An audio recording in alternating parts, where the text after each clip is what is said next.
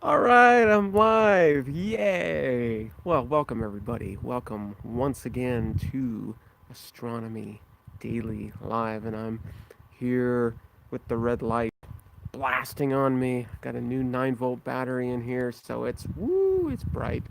It's bright. I've got a nice clear sky. I do have a little bit of a breeze. I just walked out here just a couple of minutes ago, and so I'm noticing a little bit of a breeze. I'm gonna put this glove back on because it is chilly. It's chilly with that breeze. So yeah, welcome everybody. Hope everybody's doing well. Things are good here. Just ha ha ha ha ha. All right. Well, cool. So, well, welcome everybody. This is the dark site. This is it. So, out here again under the nice clear dark sky, trying once again to collect some photons to do some actual science and whatnot. You can see some flashing lights here behind me. I don't know. Yeah, you really, right there. That's some lights down on the horizon. So yeah, it's definitely dark. So I took my calibration data about a finished that a little less than an hour ago or so, and so I'm still a little bit in twilight. But while it's getting dark, what I can do is I can do a sky alignment. So I can get this telescope here, which you can sort of see in the background, all aligned so it points relatively well and tracks relatively well. That's sort of the goal of a sky alignment. So, all right, well, I guess what I'm gonna do is I'm gonna move you over um, to just view my computer screen here. So I will do that. Make sure I'm not smashing on anything too badly. And we'll get this all lined up here. So I'm gonna put this flashlight down. It's dark because there is no moon out, so it is blacker than black out here. And what I'm gonna do now is I'm just gonna sort of line all this up so you all have a relatively decent view. And that usually takes a little bit of finagling with the tripod here, so excuse the jostling around and whatnot. But yeah, I like to try to give you a relatively decent view if I can. It's not always possible, but I think that's not too bad. So okay, well the first thing that I need to do is I need to um, put this back into light mode, so it's just taking images. I'm going to go 3 by 3 binning, okay, and I'm going to do some really short exposures because I'm going to be starting out with the sky alignment, which is using some really bright stars, right? And I'm just going to runk this up as many as it can go. I'm going to turn the autosave off, and that I can save for later. And okay, so we can just get going here. So the turnover time here is pretty quick, and I'm gonna zoom you in a little bit so you can really watch all the antics and shenanigans of a independent research astronomer. So I'm not associated with any kind of institution.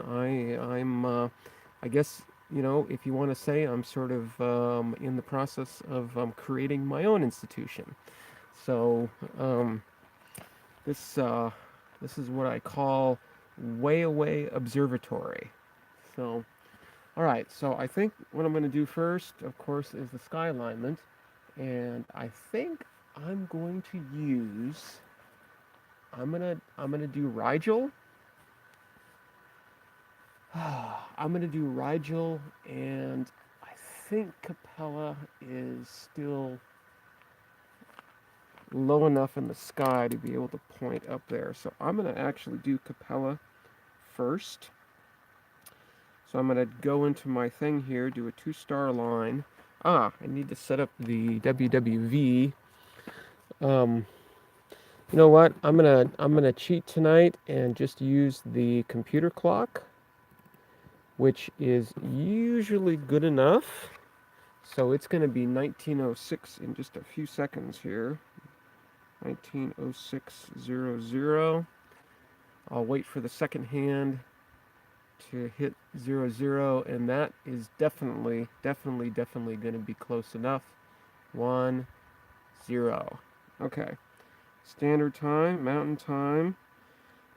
So this is Astronomy Daily Live for January 24th, 2019. But it's 2 hours and 6 minutes UTC. So I'm in southeastern Arizona. So I'm 7 hours behind UTC. So here, as I just said, it's still 7:06 p.m. on the 23rd. So 012319, and I'm ready to go to my first target, which is going to be Capella, I hope.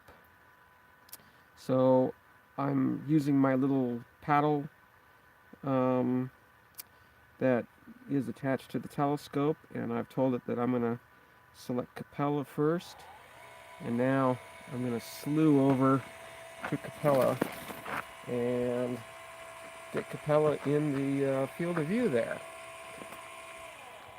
There's a bright star that just flew through. Who knows what that is? Am I going to be able to see Capella? Oh, I guess I got to turn on my finder scope here.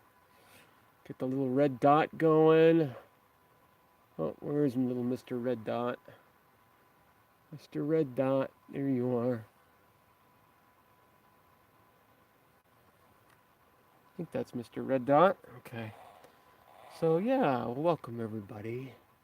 I'm just doing a star alignment. That's what you got to do first. All right, it is definitely low enough to be able to see. Should be relatively close. There it is. So now I just want to get that in pretty much in the middle. Getting this almost down to a science now. How about that? Ooh, impressive. So I want to tell you about this morning's antics. It was it was a learning experience, if nothing else. So let's see. So that's tracking pretty much straight down. So I'm gonna scooch him over here. Probably too much. Oh, yeah, a little too much. So I'm gonna scooch him back up and scooch him to the right. So that is the star Capella. And as I said, this is a 1/10 of a second exposure, and it's overexposed, right? Overexposed. So not necessarily good for the CCD camera, but for these purposes, it's okay. Got a little friend right next to him there. That is a star, right?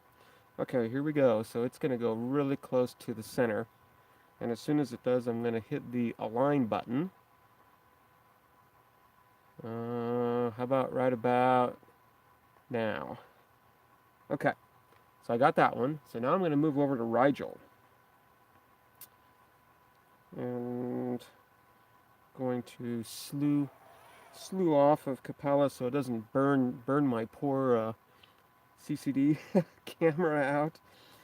And I'm going to scroll, use little scroll buttons, and select Rigel. And yeah, I definitely want to tell you the story about this morning's antics, because you know, I'm really interested in sharing these sort of real life experiences with you, and you know, give you a little tiny bit of insight into at least what one astronomer does.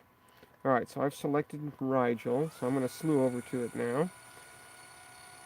You can probably hear the telescope slewing, I assume. It's a pretty good night. Stars are twinkling a little bit. The forecast said that I was supposed to get wind, but I'm not seeing any wind yet. Not experiencing any wind whatsoever. Now, a lot of times these are sort of gymnastic events here, and this is definitely the case here. So, okay, getting Rigel into the field of view. Somewhere around there. There he is. So we'll scooch him over like that. Sort of go through the same process here. Scooch him over, put him in the middle. Get him up there a little bit. So I'm going to run out of possibilities to get him right in the middle. Okay, now I want to scooch him to the right. This is a very narrow field of view. This is 12 arc minutes wide and 9 arc minutes high. So it's a very small field of view. But it's a nice flat field of view, right? There's no vignetting on the edges.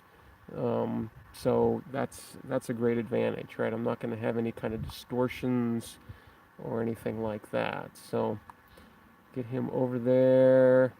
Oh, too far. Dang it. This is part of the fun. Kind of steering him in, right? Because I'm not tracking yet. So all this motion you're seeing, well, some of it, of course, is me slewing the telescope around, but some of it is also the Earth rotating, right? So I tell you folks all the time, right? You got to hold on to your hats because we are moving fast. And one of the things that telescopes do, of course, is they magnify, right? And part of that magnification is magnifying our motion so we can actually see it. So this is exactly what is going on here, for sure. But I'm, of course, slewing around too. So again, this is Rigel, and I'm very overexposed. Come on, Rigel, scooch over there, baby. Rigel is a beautiful, beautiful blue star in the constellation Orion. And I think I'm going to have to scooch him over a little bit more. Come on. It's a little bit of a race. Here we go. I think that's going to go pretty much right in the middle. There we go. And alignment success. Very good. Okay. So now what I want to do is I want to focus. And for that, I have what's called a Bahtinov mask. So now you can see that Rigel isn't really moving that much anymore. But I'm going to put the Bahtinov mask on. And you'll see that the image changes. Well, wiggles around a little bit. There, it changes, right?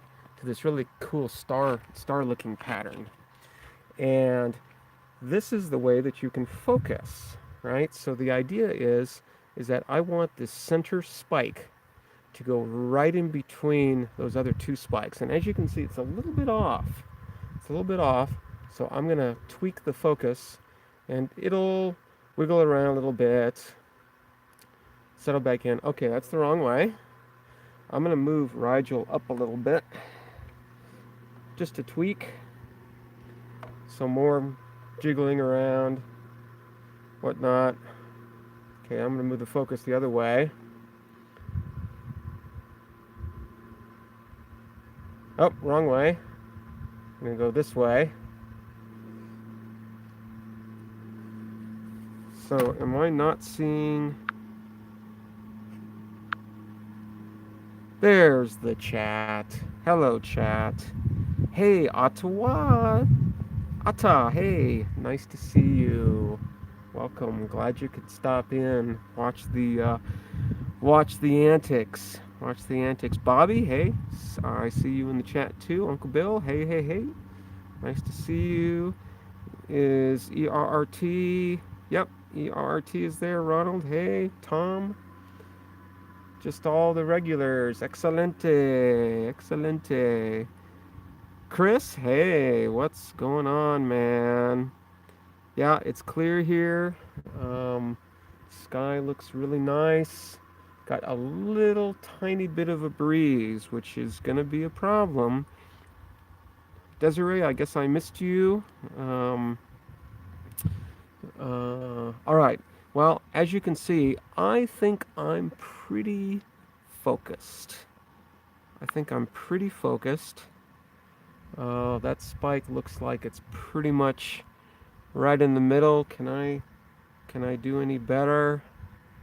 Let's tweak it a little bit. This is one of the cool things about these Batnoff masks is that you can really, really, really fine tune these things so they're like super, super focused. Okay, now, one of the things that I have to remember to do is take the Batnoff mask off.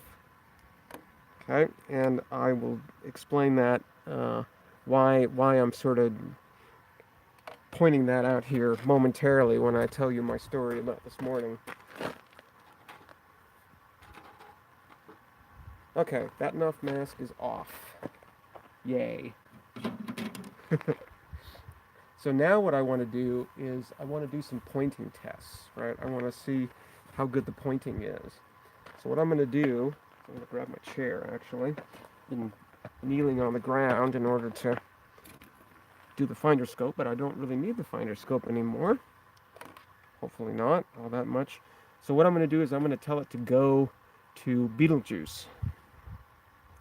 So I'm going to select Betelgeuse from the list that's on the little mount paddle here, and ideally we want to see Betelgeuse in that little field of view. So here we go.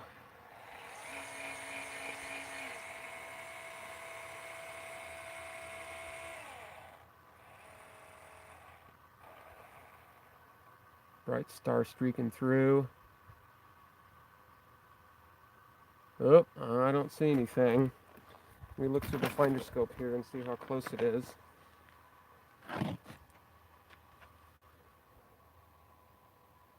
It's pretty darn close. It's pretty darn close. I'm gonna try. Yeah, it's just above it. Just above it, so I'm gonna bring it in just so you can confirm that you can actually see it. There it is. Okay. So that's not too bad, right? That's easily within a field of view. So I'm well, not happy with that, but I'm okay with that. I'm all right with that. Let's do one more test. Um, let's do Castor. Okay, Castor and Pollux are up. Let's go over to Castor.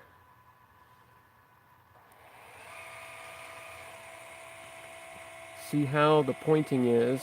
I'm, you know, I'm still sort of waiting for it to get really, really, really dark. The end of astronomical twilight, right? There are several different kinds of twilights. Now I'm just going to tweak this thing down without even looking in the finder scope. Um, um, Yeah, Atta, it depends on the mount, right? Really, really, really good mounts and really, really good sky models will point you exactly, right? But this is a, you know, medium quality mount, right? So you're going to get medium quality pointing. There's Castor. So it just sort of drifted in, right? It's the drifter. So cool. Okay. So again, that was less than a field away. So I have no problem with that. No problem. And all right, so I'm going to get him off of there because he's burning holes in the CCD. So yeah, it really depends on the mount, primarily on the mount and also the sky model. Um, uh, Work that I've done in the past, um, we were able to get, um, um, I think we were getting pointing accuracies of about 20 arc seconds or so. So it's extremely possible, to do really, really well, but you're going to pay tens of thousands of dollars to do that. And Yeah, that's what these people with the good mounts want, is they want a whole bunch of dollars. And I am extremely wealthy in many, many, many, many, many ways. But the one thing that I do not have are those dollars. And honestly, I really don't want a lot of them, right? I just got to be able to pay all the bills, and that's it, right? So yeah, yep, very, very cool. All right, well, I guess it's time to just go to the first target, right? So what I'm doing, um, this project, that I'm doing right now is I'm still sort of in the characterization mode where I'm trying to see how well this system works in terms of measuring the brightnesses of stars and also the positions of stars. And my a a uh, the the goal, in terms of positions, is to be able to measure positions to within about one half of a pixel or so. Each each one of my pixels is about 0.93 arc seconds in size. That's at 1 by 1 binning. Um, these these pixels are actually 3 times that size. Um, so I want a pointing accuracy, um, or a measurement accuracy, position of about half an arc second or so. And if I can do that or better, then I'm doing really, really well. In terms of um, photometric measurements, measuring the brightnesses of things, what I'm after is better than about a tenth of a magnitude. That's 100 millimagnitudes. Um, Ideally, I want to get down to less than 10 millimagnitudes. And there are indications that I'm going to actually be able to get pretty close to that. So if that's the case, I'm pretty happy. um, um, so yeah, it's just a matter of I've got this one more thing that I have to deal with in terms of the atmospheric extinction, which I have to correct for, and there's a dependence there on color. So a blue star, as it's rising, right, and getting higher up in the sky, um, will will actually get brighter faster than a red star will, right? And that's because of the atmosphere. So I have to, measure that change and correct for it. And so I'm writing the software, to do all that now, and that should be done. It's a sort of a process, and I am working on that now, and that's what this data is going to help me with, right? I already have a few stars, right? A few, but I need a little larger sample. So that's what I have. I have a list. I have a list of target stars, right? Here they are. Sort of, well, yeah, I'll go ahead and zoom out, I guess, here. Can I do that? Come on, zoom out, zoom out, zoom out. Come on, you can do it.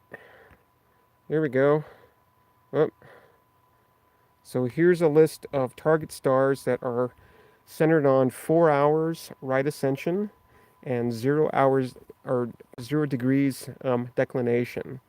And these are all the stars that are 11th magnitude or brighter in a 1 degree radius from those coordinates. So as you can see, I've highlighted my first target here, and I've got my finder chart, right? I've got the finder chart.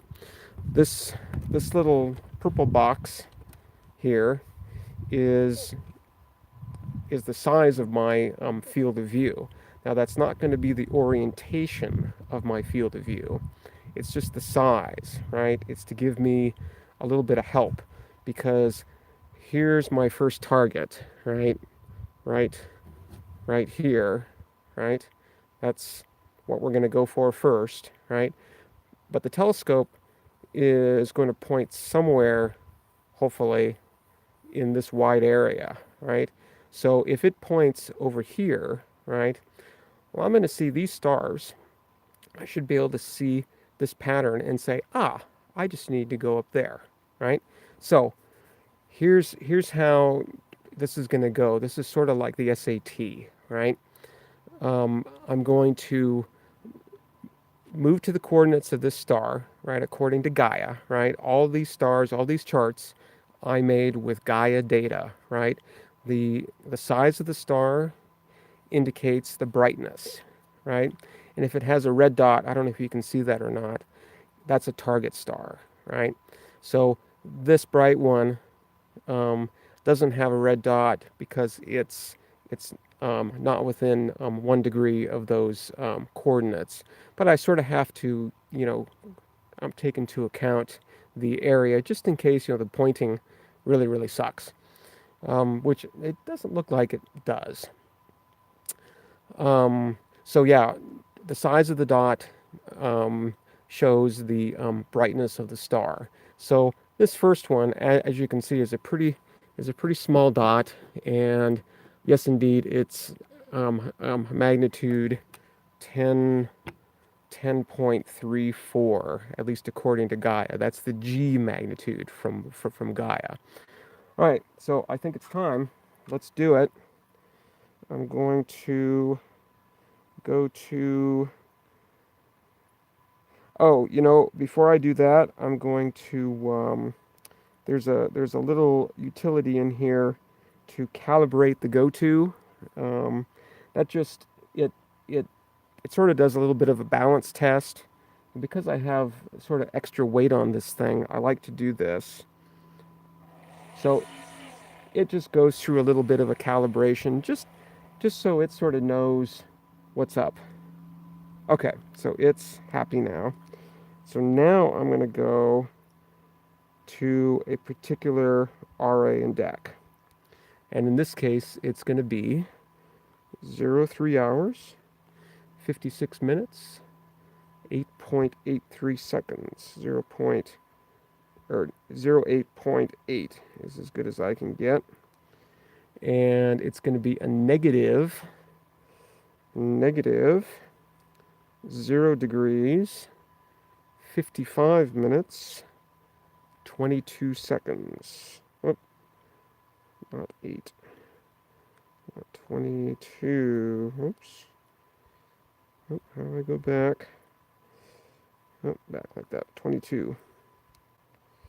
5:22. Okay, here we go.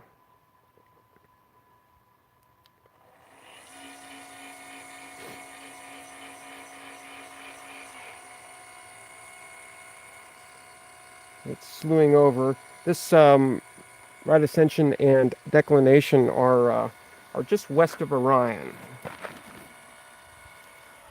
Just west of Orion. Now I'm going to turn. Yeah, I should have thought about this before. No, it's not going to matter. Okay, so now what I can do is I can switch to this view and my chart like that.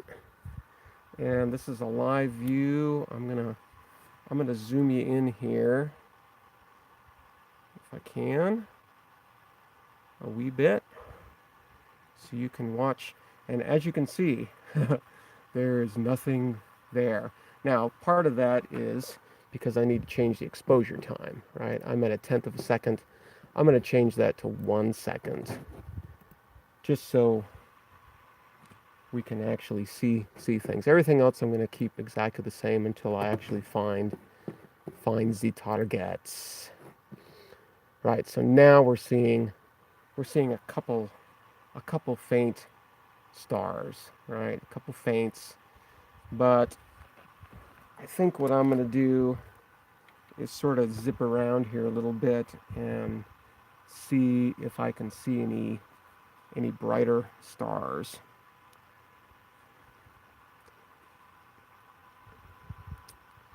So there's a brighter one up there, a little bit brighter. This tracking isn't great,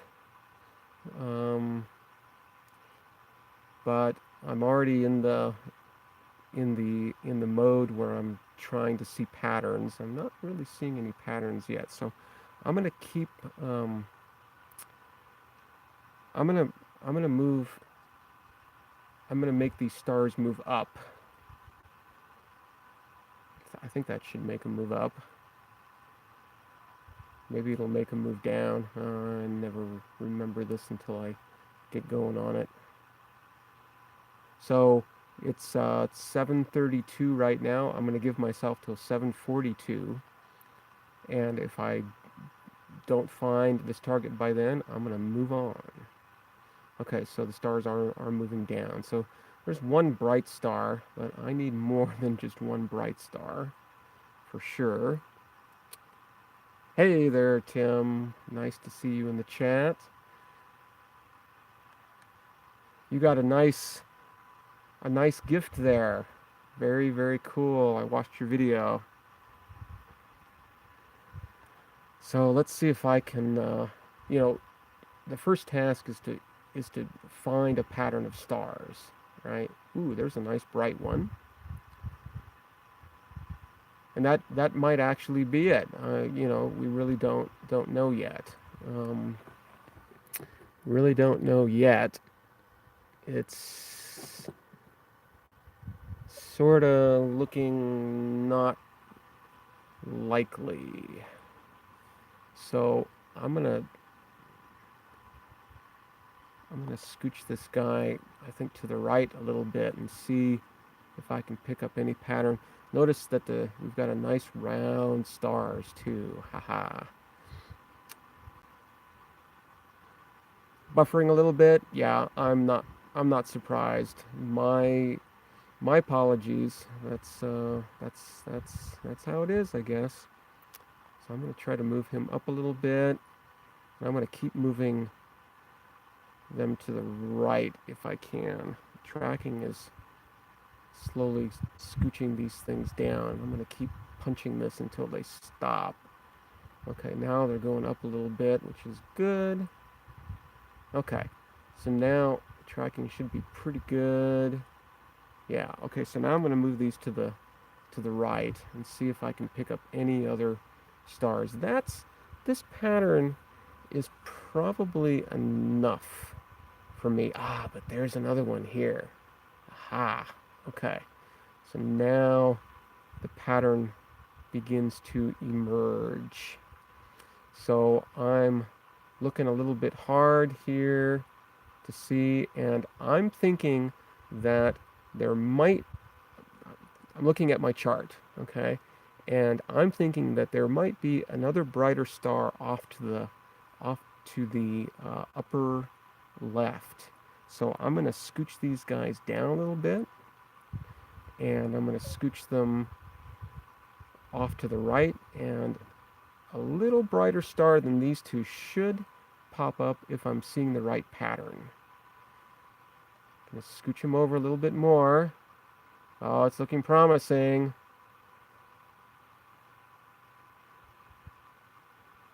Ooh, there's a triangle of 3 there.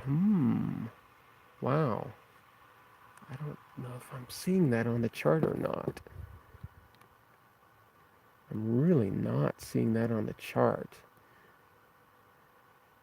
But I'm gonna scooch that over just a little tiny bit more.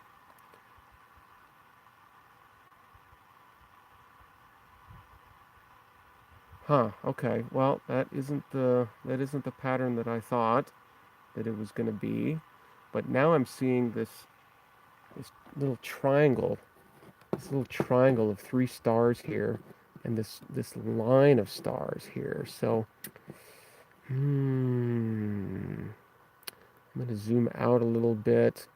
I was hoping. Okay, there's a little triangle of 3 stars down there, but the rest of the pattern isn't there. Ah, shoot. Okay. Well, I'm at 4 minutes. I need to, the pressure's on. You know, the funny thing is that, the last time I live streamed this, you poor people had to watch me struggle and struggle and struggle for like an hour and a half trying to find anything, right? And as soon as I ended the stream, it's like I could find everything. So I don't know if that's just me, or if it's the sky gods you know laughing. So all right, well I guess I'm gonna keep. Let me slew over to the right a little bit more and see if there's anything else off to the left. Ah, there isn't. But there's that really cool little triangle of stars. And dang, if I shouldn't be able to see that. I really should be able to see that um, in this field of view. These faint stars here are probably about 13th or 14th magnitude or so. And my chart goes down to 15th, right? I sort of had to choose a limiting magnitude. And so I chose 15. Um, but, shoot. Well, I'm going to keep a trying here. As I said, I'm going to give myself 10 minutes to find each target. And if I don't, then I'm just going to move on. But man, I should be able to pick this up. I really should. I mean, I say that all the time, and during the live stream, nothing happens, and then I quit the live stream, and it all falls into place. So go figure that. But yeah, hang with me. This is part of the exercise here. Is to watch the antics, and well, I'm both the active doer and the participant as well. So yeah. Sorry about any delays or anything, but yeah, that's how it goes. So I'm gonna move these stars down and see if there's anything up above them. Because dang it, I'm not seeing that little trio of stars anywhere. I guess let me check what it thinks the RAN deck is. Yeah, okay. Well, it's thinking it's in approximately the right place. So I'm gonna keep moving these guys down. tracking looks pretty good. Come on, scooch down. But we'll see. We'll see how it goes. I really want to get into a position where I can sit back and chat with you guys and tell some stories and catch up with Ata. I want to hear everything about what she's been doing.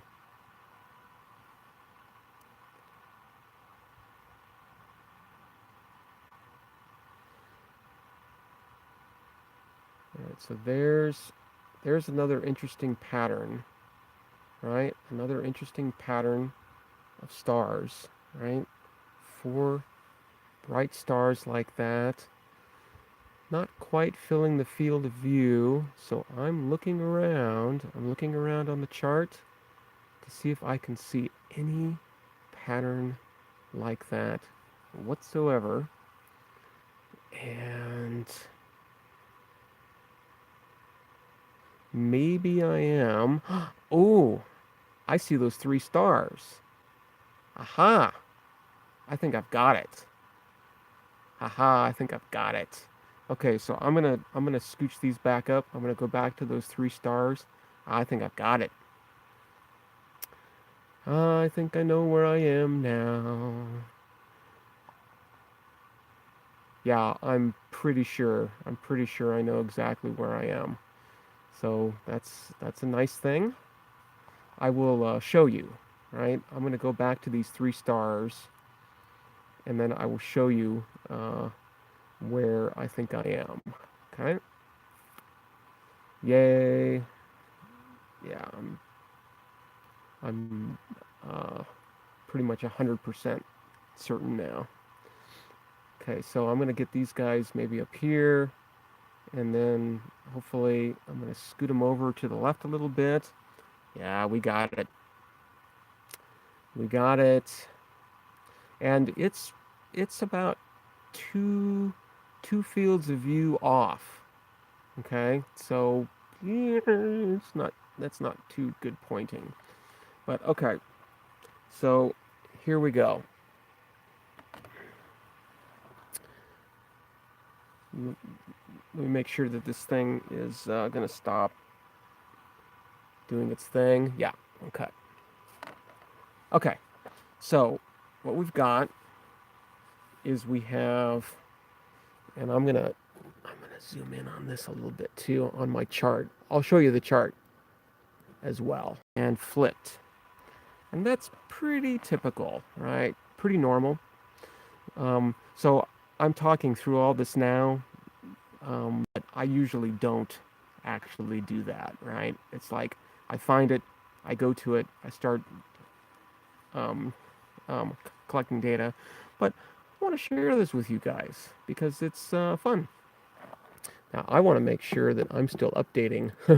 Yeah, wow, the tracking is doing really, really well. I'm very happy with that. Okay, so what I need to do is grab the paddle, and first what I'm going to do is I'm going to move this bright star way over here, way to the left, to the left, to the left, to the left.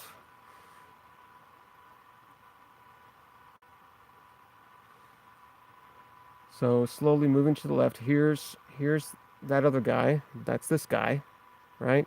So now you see how this angle and this angle, if I just keep going to my left, I'm going to run into these stars, right? So for a little while, it's going to be no man's land. But I'm going to scooch these guys over to the left. So this is what's called star hopping. And this is the hunt.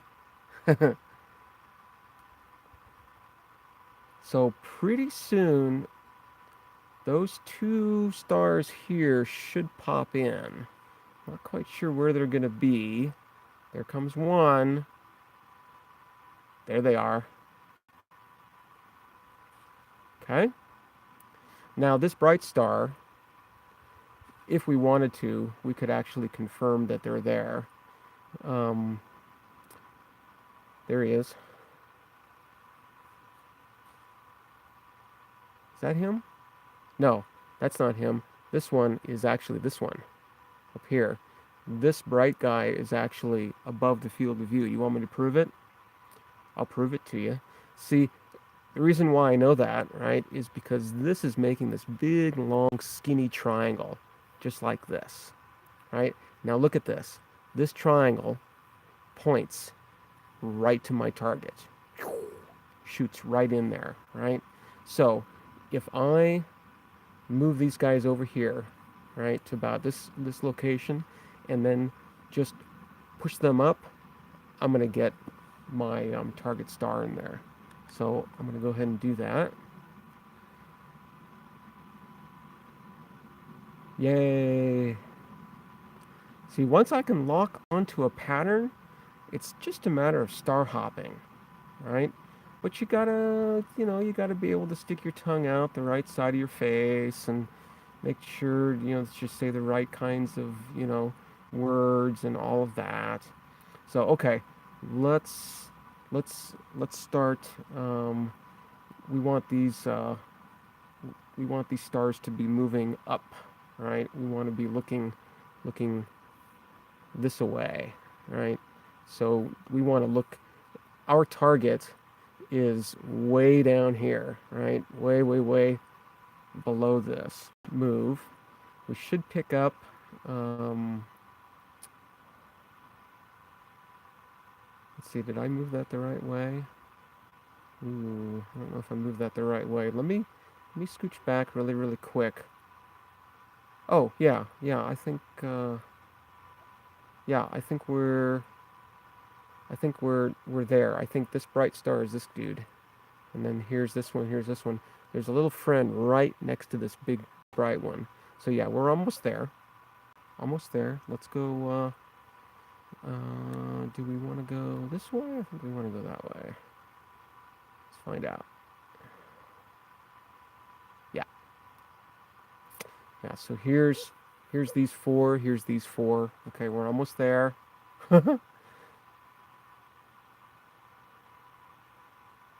Almost there. Should be popping into view.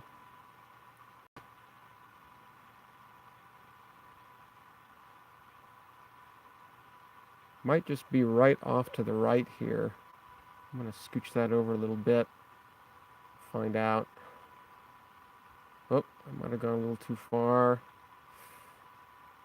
There he is. Yeah, I think that's him. Pretty sure. Yeah, pretty sure. Oh, how can I be absolutely sure? I can be absolutely sure if I scooch these guys down again, because, yeah, I think I moved this a little bit too much.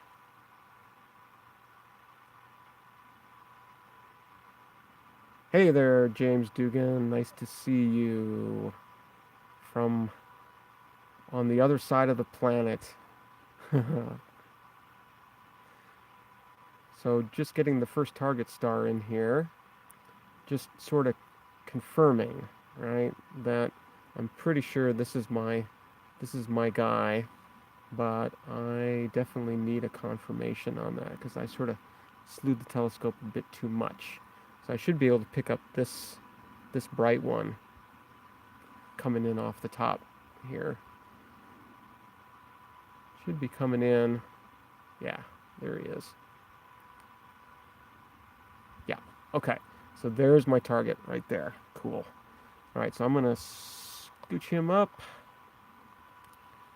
and get prepared for the first set of 100 1-second observations. And this is where I can sort of relax a little bit and catch up with you all and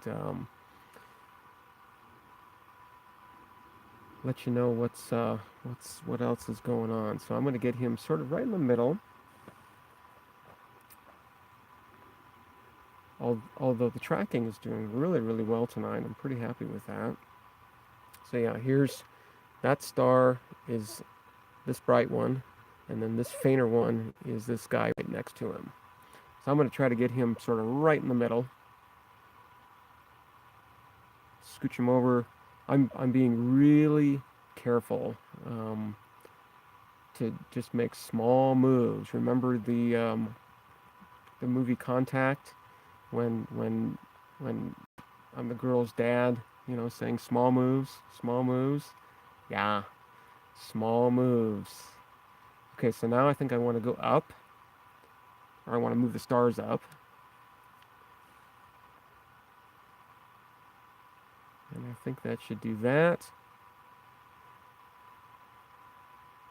Okay, so if this is tracking pretty well, which it probably is, you know what? I think I'm gonna scooch it over to the right a little bit to include this star. This triangle of stars will allow my software to get the right um, stacking parameters.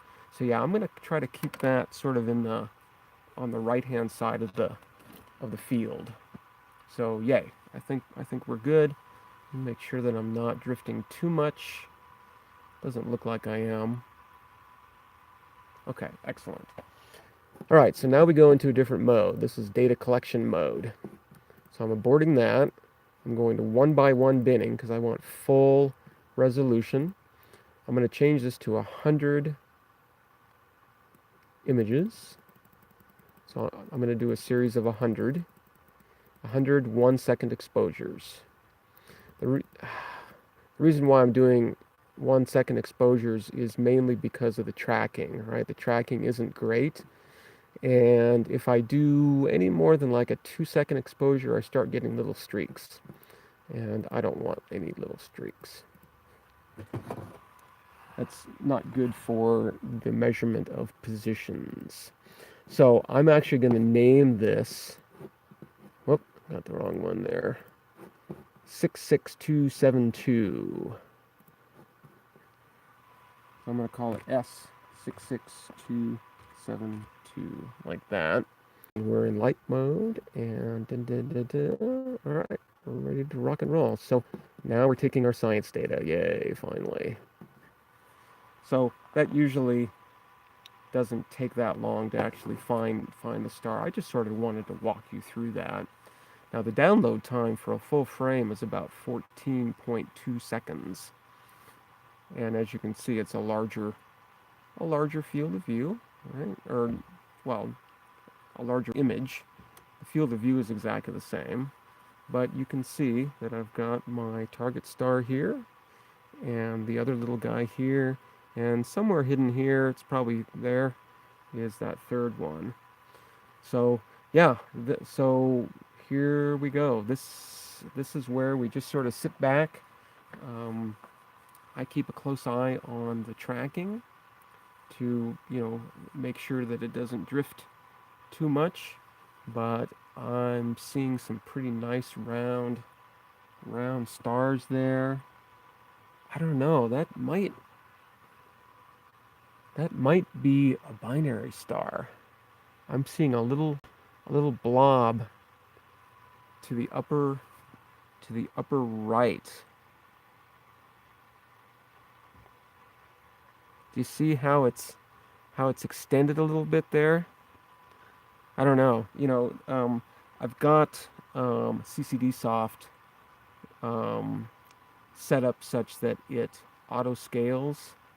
So, you know, I'm not getting really an optimal shot here, or image here on the display. Let's see what my max value is. Max value is pretty low, but that's okay. You know, I'm going to stack these, so no problem at all. So, all right, well, cool. Well, now, now I can sit back. Hey there, Patrick Manny. Nice to see ya in the chat. Um, so, yeah. So this morning's antics. Let me tell you about what happened this morning. um, So, as predicted, it was nice and clear and calm. And so, got up and set the telescope up and went through the same procedure that I just did now, right? Um, turn connected everything up, turned everything on, got the camera cooling, did the star alignment, focused, right? Um, so went to my um, first target star, like I did here, right? And I was seeing distorted images, right? It wasn't a nice round star like that is, right? I was seeing these extended images. Now, I've been seeing these, right? And my theory is, slash was, that maybe there was something in the drive mechanism that was sort of wobbling, right? At a pretty high frequency, right? I was seeing about a 2 or 3 pixel wide wobble over the course of a 1 second exposure. So that's a pretty high frequency wobble, low amplitude, but wobbling, right? Well, that's no good. That's no good at all, right? So this morning, you know, trying to find my first pattern of stars, I saw pretty much exactly the same thing. Now I'm going to scooch that over a little bit to the right. So I pretty much saw exactly the same thing this morning, right? And so, I'm like, oh, really? Really? So, uh, what I did is I eventually, you know, and you might actually hear it, there's a little fan on this CCD camera. Hummus, Patrick Manny, how did you know what I had for lunch? Man, I've got some brilliant, brilliant minds on this chat. Incredible. Anyway, so there's a little fan on this CCD camera, right? And it's it's a little loud. And so, in order for me to hear the drive mechanism, I turn the camera off, right? Which isn't necessarily a good thing, but I mean, it had to be done, so I did it. Keeping an eye, the tracking is doing really, really well here. There's a little bit of drift, but not too bad. Not too bad. Starting to drift down a little bit. Um, so I turned off the camera and I had my ear right on the telescope, listening to the telescope tracking, right? And it's going, you know, sounding okay to me, I suppose. Sounding good. No apparent problems. Um, so I'm thinking all kinds of things, right? It's like, man, I'm gonna have to, you know, get online, and I'm gonna have to get a hold of Celestron, maybe send them some pictures, ask them, what can be done, right? Because, you know, for what I'm doing, it, I don't need necessarily round stars, right? I don't really need round stars. Um, the the shape of the star does affect the measurements of position, but it doesn't really affect the measurements of the brightness. So it's not a huge deal, right? But it's bad enough, right? It's bad enough.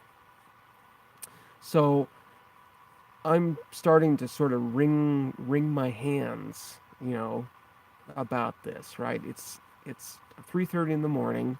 It's cold. I'm gonna scooch that star up a little bit. Starting to get a little bit low there. Little tiny bit of a drift. Hello there, Desiree. So, um, so I'm starting to wring my hands about this, right? It's cold. It's dark. Um, I'm seeing, you know, terrible blobs, terrible blobs, and I'm gonna have to scooch that up a little bit more. Scooch. And I'm starting to walk around, and I look at the telescope, and guess what? I left the Batinoff mask on the front of the telescope.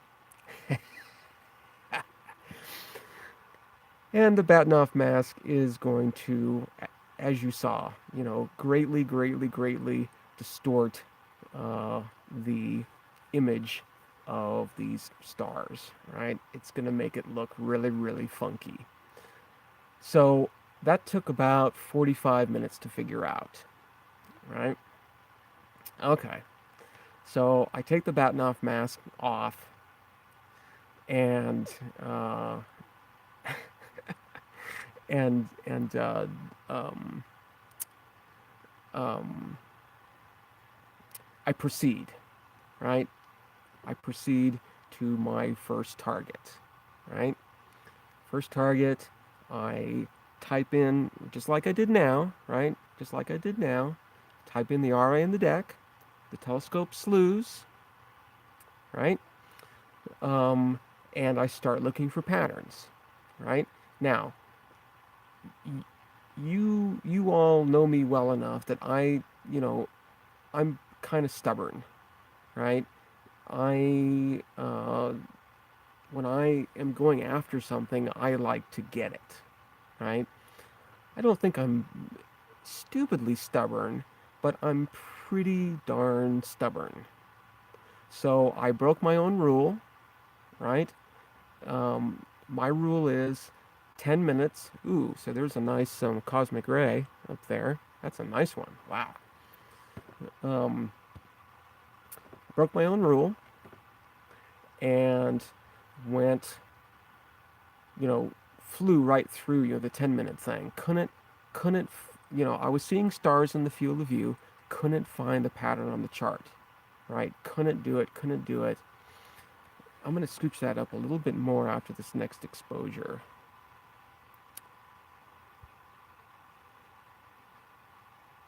Okay, let me scooch that up a little bit more. Bang, bang. I'm going to do that twice. Okay, so now that should scooch up quite a ways. All right, so 10 minutes goes by.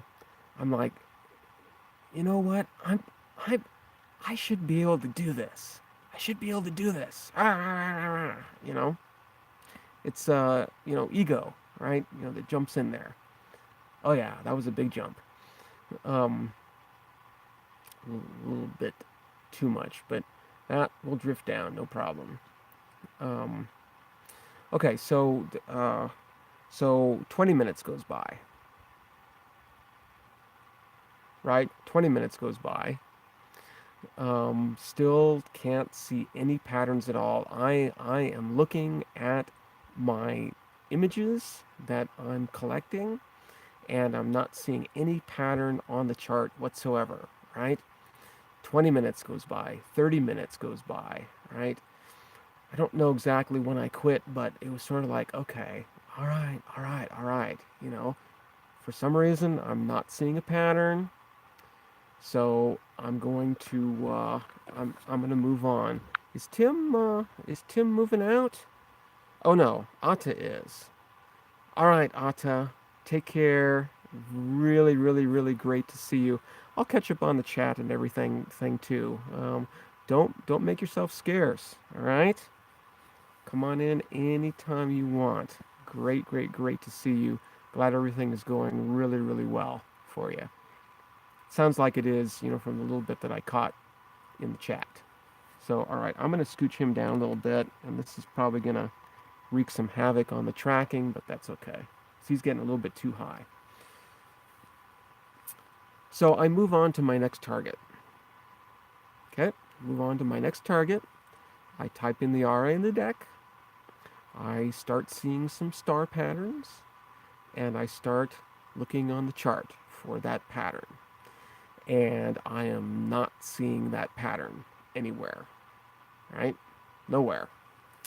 Scooch that down a little bit, I think, again.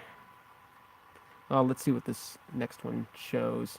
If it doesn't move down, then I'm gonna have to slow it down a little bit. Yeah, okay, I'm gonna scooch him down a little bit. Boink, boink, like that.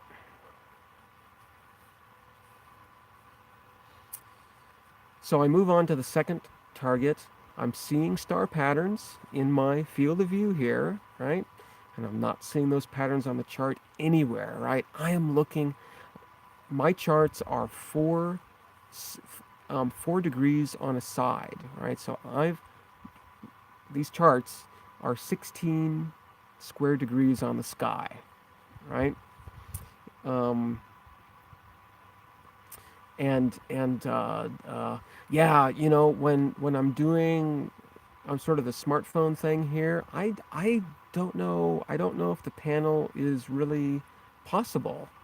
So yeah, sorry, no panel, just sort of me yakking away, watching the photons come in and watching the chat for sure. So target number 2, man, I'm gonna have to slew that down again. It's not, you know, there is this thing called backlash on the scope, and I've got to work past that, because that's getting a little bit too out of the field. I want that star right about there. So he's a little bit high right now. Um, yeah, and sorry about the buffering. Yeah, I that's probably on my end, but not much I can do about it. So yeah, it's just a bandwidth thing. That might change at some point. Um, so target 2, can't find it on the chart. Can't find it. 10 minutes goes by. 20 minutes goes by. 30 minutes goes by, right?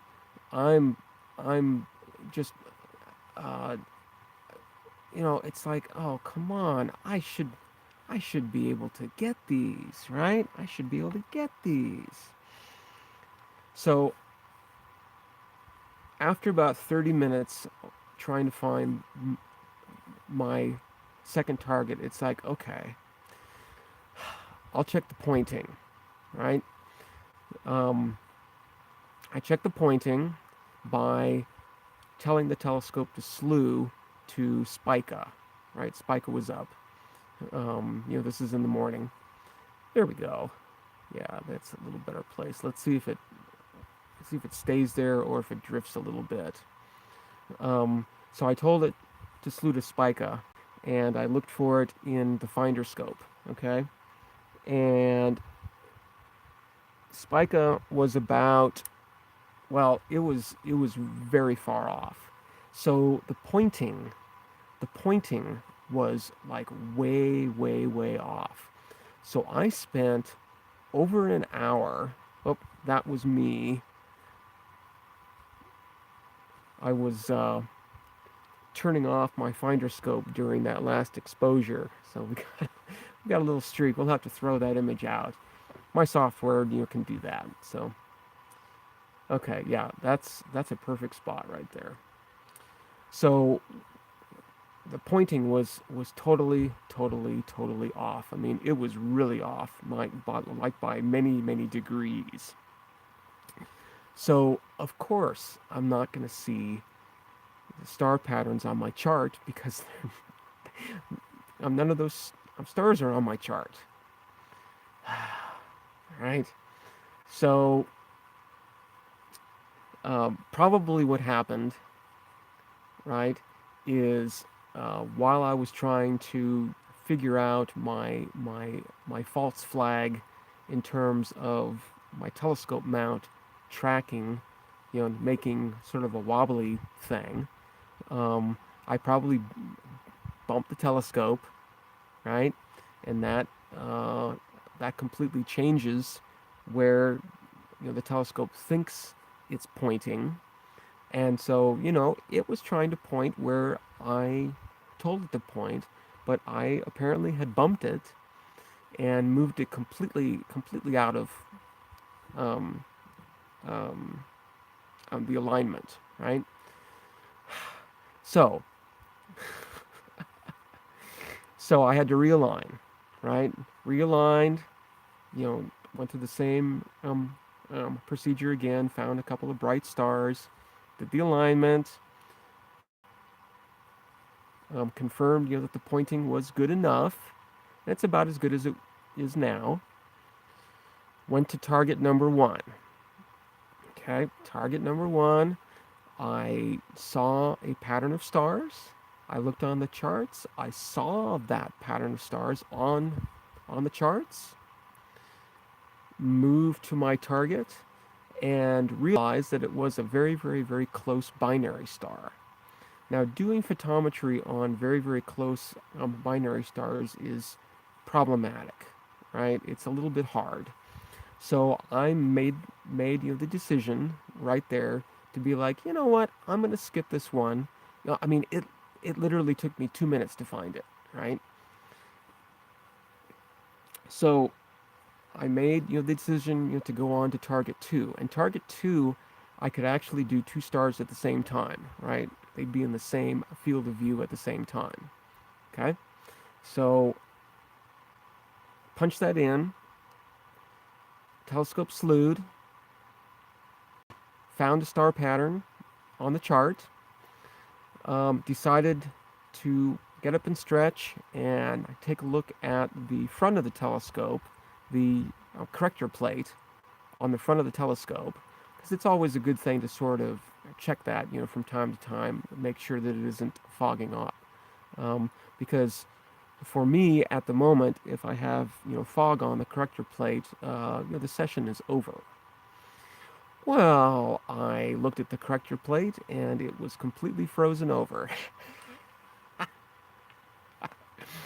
So by then, I was cold. I was frustrated. Um, I was beaten up, right? The universe had just absolutely decked me, right? And I mean, it actually wasn't the universe at all. It was me. It was all my doing. And so, yeah, I spent, you know, what, 2.5, 3 hours or so in 20-degree temperatures, um, battling myself. So it's a nice lesson learned. The focus is so nice. You see this faint star here? It's sitting on like 2 pixels. Woo! It's beautiful, absolutely gorgeous. This is definitely a binary star. I'm seeing an extended thing there. Um, um,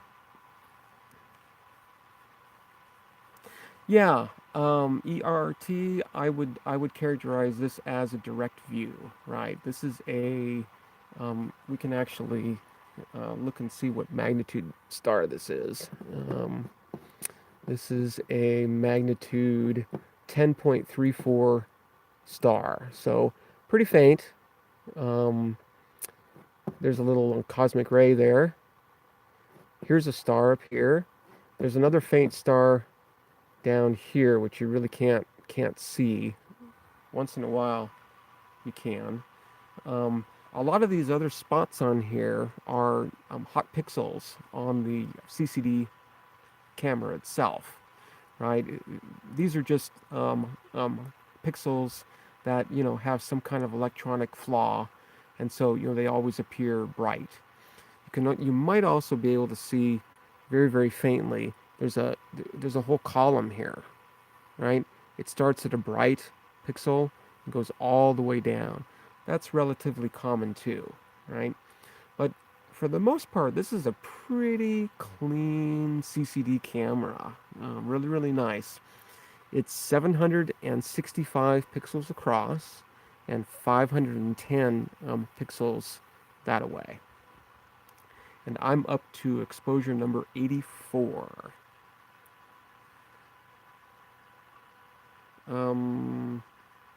Not an exposure. This is an exposure. Yeah. I'm taking 1 second exposures. Yeah. And the tracking is pretty good. I could probably do longer exposures. And for the next target, maybe I will. Maybe I will. Just to, I mean, what I'm going to do, right, is I'm going to take all 100 of these and I'm going to stack them, right? So I'm going to calculate, you know, how much each of them shift, and I will shift them back. And there's also field rotation, right? Because this is an alt-as mount that is tracking, objects that are moving in sort of a different way. There's this thing called field rotation. So I've got to take that out too, which my software does. Nothing too special about that. Still got a dark sky. I see no sign of the moon over there at all. So yeah, and no wind. Absolutely no wind whatsoever. If there was any wind at all, these stars would be streaks. So yeah, we're doing good. We're up to exposure number 89. So yeah, this morning was a bust in terms of collecting data, but you know that was a really, really, really hard knock on the head, because uh, you know I don't need to be so stubborn, right? And so what I've decided to do is stick to my 10-minute thing, right? I mean, in truth, I should be able to find these targets in about 5 minutes or less, right? And I'm going to give myself 10 minutes per target. If I don't find, that particular target in 10 minutes, then I'm going to skip it and I'm going to move on, right? Now, if I don't find two targets in, in a row, then I'm going to assume that the pointing is bad. Um, and and at that point, I'll check the pointing and correct if I have to. Um, because yeah, I mean, I've I've sort of proven to myself now that as long as I can see a pattern and as long as that pattern is on the chart, I can nail it in minutes, right? No problem at all. And if the pointing is really, really good, my target will be right in the field of view. I still have to, identify it. I have to confirm it, but that just takes a couple of minutes too. So that is going to be the new mode of operation.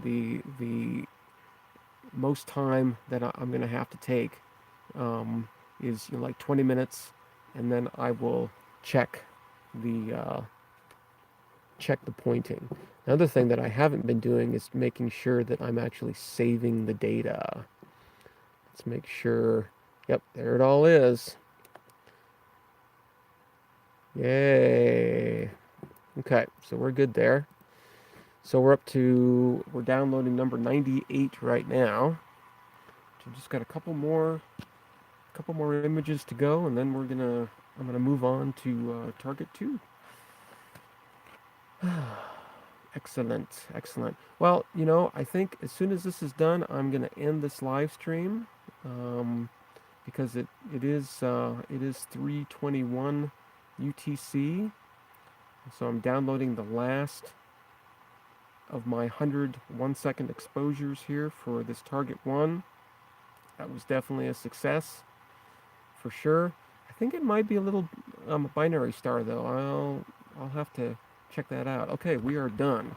So now what I have to do, the last step, is I have to take a number of darks, right? I always like to take a series of dark images right after I collect my data. So I set the same exposure time, and I'm going to take 20 dark images, like that. And these are part of the calibrations to, these images here sit on a platform that is dictated by the electronics, the temperature of the camera, all of that.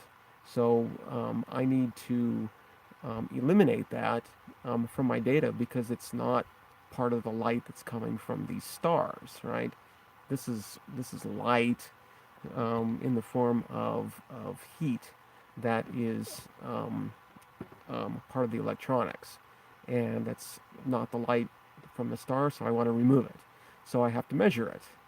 So I take a series of 20, and then I'll calculate the average of these, right? I will add them all up, and then I'll divide each pixel value by 20, and then I will take that dark and I'll subtract it from the actual data that I just took.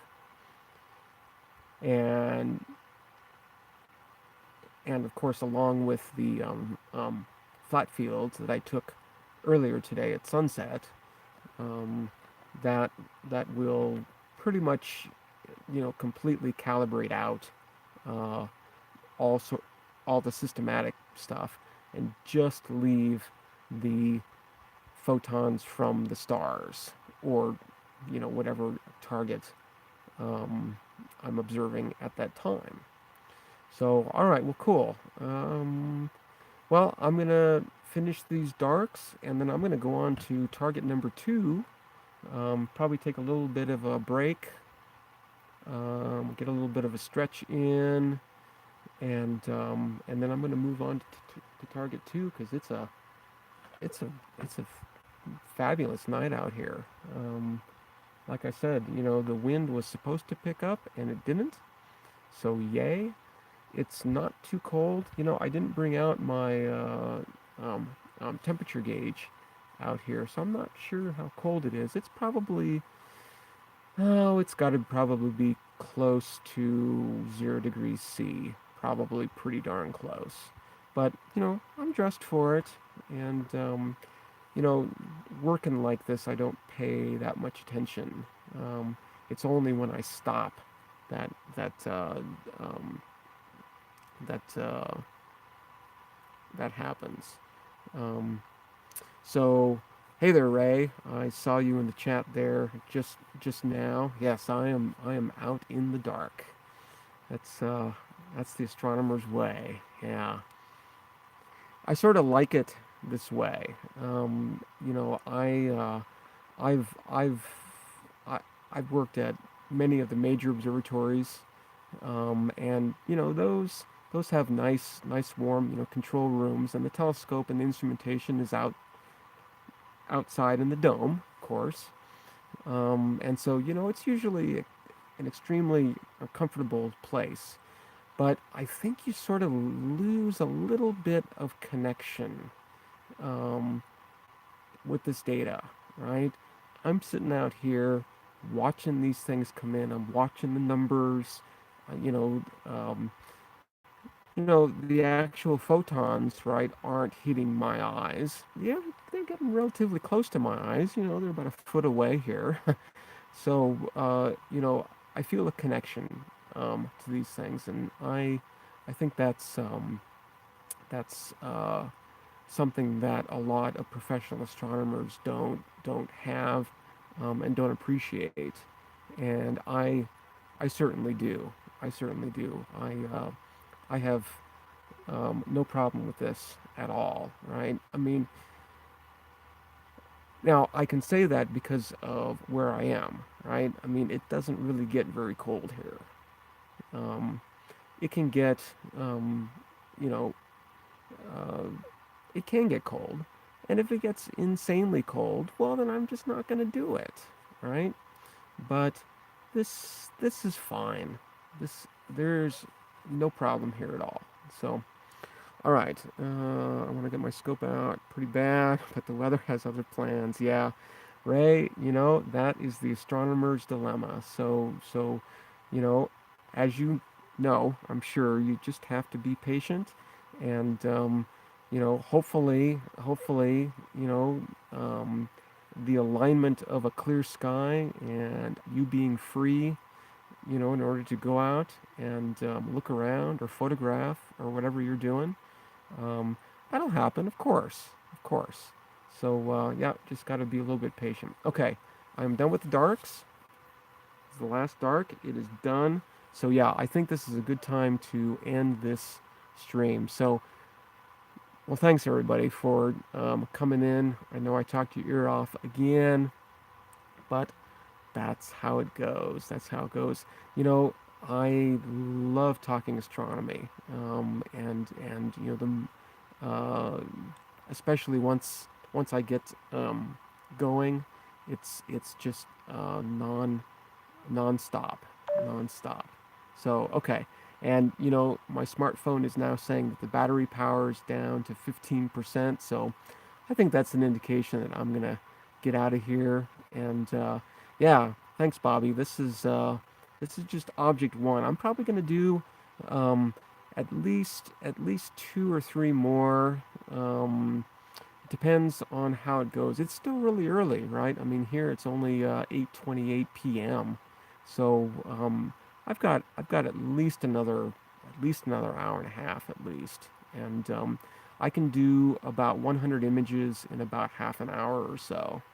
So yeah, I'm planning on doing maybe two or three more targets. We'll see how it goes. At the end of that, maybe maybe I'll switch to something fun, like a galaxy or something, or a globular cluster, or something else other than just these boring stars. But you know got to get the work done first, and then I'll have a little bit of fun. So yes, it has been great. Thanks everybody for coming in, and it's supposed to be clear tomorrow too. So if it is, there's a really, really, really good chance I'm going to be back out here. So yeah, when the times of these live streams overlap with these OBS sessions, I'm going to do them both at the same time. So yeah, I don't want to not do one in favor of the other when I can certainly do both. So I'm going to count on you folks, to keep the chat going and stuff, and I'll pay attention to the chat like as much as I can, and so cool. All right. Well, I am definitely going to get out of here for now. So take care, everybody. Here, I'm gonna switch. I'm gonna switch views. And I'm gonna turn on my red light again. Point it up. There we go. All right. Take care, everybody. I will see you in 22 hours and 30 minutes from now. Just one little less than one little tiny spin of this tiny little ball of dirt. All right. Take care, everybody.